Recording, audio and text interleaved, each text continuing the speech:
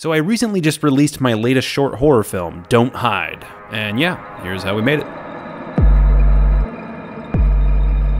After I made my first short horror film, Somniphobia, I was genuinely surprised by the positive response. It was kind of hard deciding what story to tell next. I considered the possibility of a sequel, but just to be perfectly honest, I only had half as much money this time around, and I also knew I couldn't secure the same actors again since they're booking gigs left and right these days. Well, that's just great. So I needed to come up with a brand new story, something that would have to be simpler, shorter, and less expensive. That's great!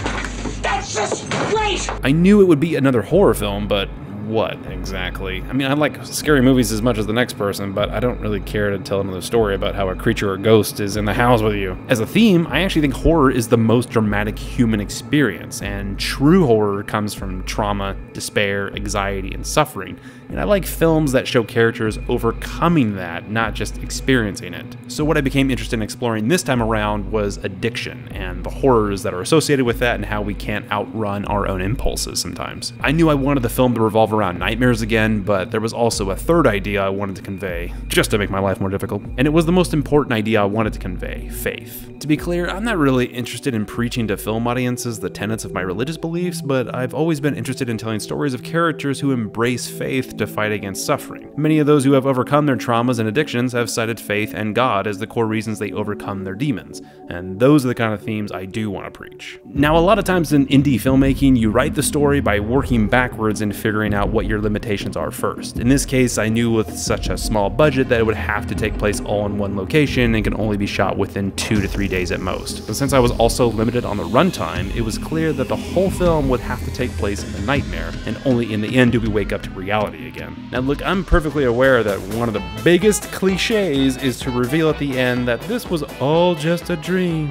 You just had a bad dream. But then I thought, what if you knew you were in a nightmare and you couldn't escape from it? And although I have never suffered from something as horrible as addiction myself, I personally know people who do suffer from it and have described it just like an inescapable nightmare. So from there, everything with the script kind of fell into place. But once the script was finished, the first person I brought on board was my friend and cinematographer, Josh Nitschke, who also did Somniphobia with me. Josh recommended I reach out to his friend Eric Reese, who had produced other indie projects with Josh and whom I have also worked on with other projects before. And after reading the script, Eric told me he definitely wanted to help us produce this one, so the three of us hit the ground running in pre-production in August 2021. We set up an online casting call for the actors, and after reading with a dozen or so, we selected Ashton Selecki and Caitlin Duffy to be our leads. I then reached out to my friend Matt Calder to also play a role in the film, and then we selected Omar Cook for another role to round out the cast. However, the big question was, how would we film the demon? Luckily, we found an actor named Terrence Wentz, who is an experienced creature actor and also happens to be almost 7 feet tall. We thought his size and height could really add to the intimidation factor of the demon, and as an added bonus, Terrence is one of the nicest guys, so we definitely wanted to work with him. For many reasons, we decided to take a less is more approach with the overall look, so we just searched online for the creepiest Halloween mask we could find. We did a few camera tests at Josh's house with me wearing the mask like an idiot, and although it didn't look too bad, we knew we needed to make a few changes, especially to the hair. It looked like a demon just got a huge blowout or something. Our super talented makeup artist Emily helped us touch up the mask by adding more blood texturing to the face and greasing up the hair a little bit. Much of Terrence's performance would come down to the physicality of the character, but aside from Emily's makeup and Josh's camera lighting, the final touch was the visual effects we applied to the mask in post-production. My brother Cody did a good job creating the subtle facial movements through visual effects. Now let me tell you, the hardest part of producing an indie film with virtually no money is securing a location. We spent about a month looking for a house that checked off a lot of boxes. It had to be inexpensive to rent for 2 days, be in the LA area, have a big dining room, a long hallway for the climax, and just look generally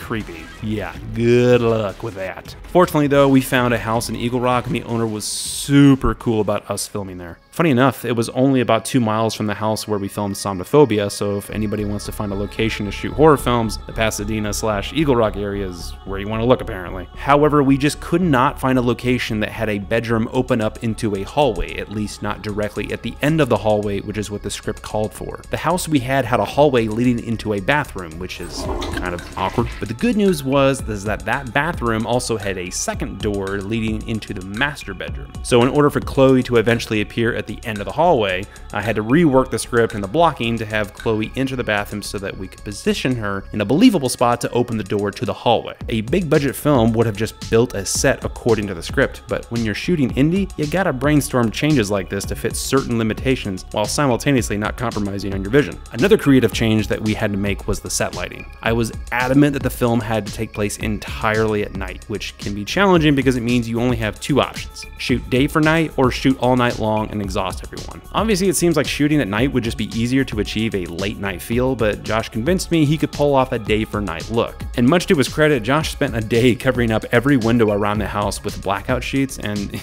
totally worked. The vast majority of the film is shot during the day, but you would never know it. Because of this, it allowed the cast and crew to not be exhausted shooting overnight, as well as making other logistical parts of the production easier. We shot the film in 5K anamorphic using Red Gemini and really only used 3 different kinds of camera rigs: dolly, tripod, and handheld. There were definitely times that we had to make a bunch of compromises, especially on the second day when we unexpectedly became short-staffed, but our skeleton crew made it work, and we even finished early that day. So once we wrapped, I reached out to the same post team I worked with on Somniphobia to give the film its finishing touches for sound design and scoring. We knew the film would probably take a little bit longer in post-production because it timed out right around Thanksgiving/Christmas, and on top of that I was dealing with a house move in January, but we managed to get the film finished in early February 2022. I wanted to make a horror film about not confronting our demons and how much suffering we impose on ourselves when we try to hide from the truth. And I think we pulled it off. And continuing on this theme of the meaning behind our nightmares, I'm actually working on another short horror film right now that will tackle another serious issue,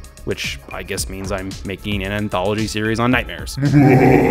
So be sure to like and subscribe to my channel to not miss out on all the latest updates for the next film and to get notified when we'll be releasing more content soon. Thanks for watching.